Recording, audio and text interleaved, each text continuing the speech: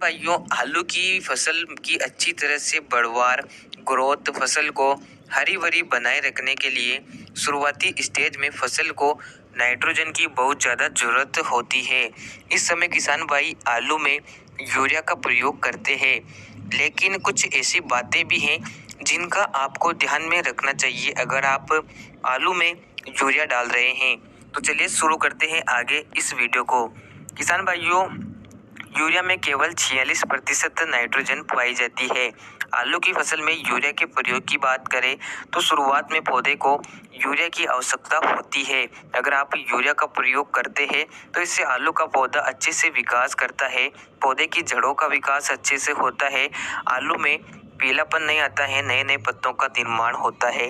इसलिए आप आलू की फसल में शुरुआती स्टेज, जब पौधे की वानस्पतिक स्टेज होती है, इस समय आप यूरिया का प्रयोग कर लें। इसके बाद किसी भी रूप में यूरिया की जरूरत नहीं होती है। किसान भाई यहाँ पर चूक करते हैं, वो शुरुआत में यूरिया का प्रयोग नहीं करते हैं, बाद में आकर आप यूरिया डालते हैं तो यूरिया पौधे में किसी भी प्रकार से कोई फायदा नहीं करता है।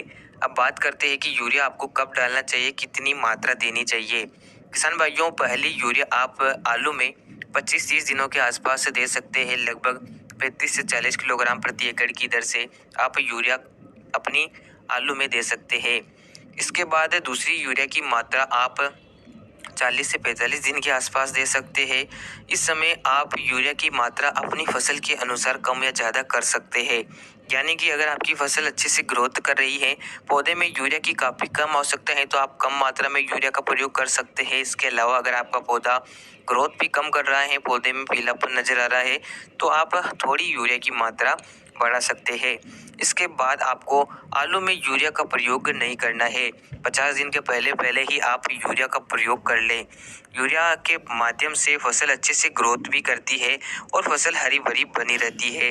यूरिया आप जब भी देते हैं उसके तुरंत बाद आपको सिंचाई करना होती है, जिससे कि यूरिया पौधे की जड़ों तक पहुंचे और पौधे में अपना काम करना शुरू कर दे। तो अगर आप इस प्रकार से सही तरीके से आलू में यूरिया का प्रयोग करते हैं तो इससे कई सारे फायदे देखने को मिलते हैं।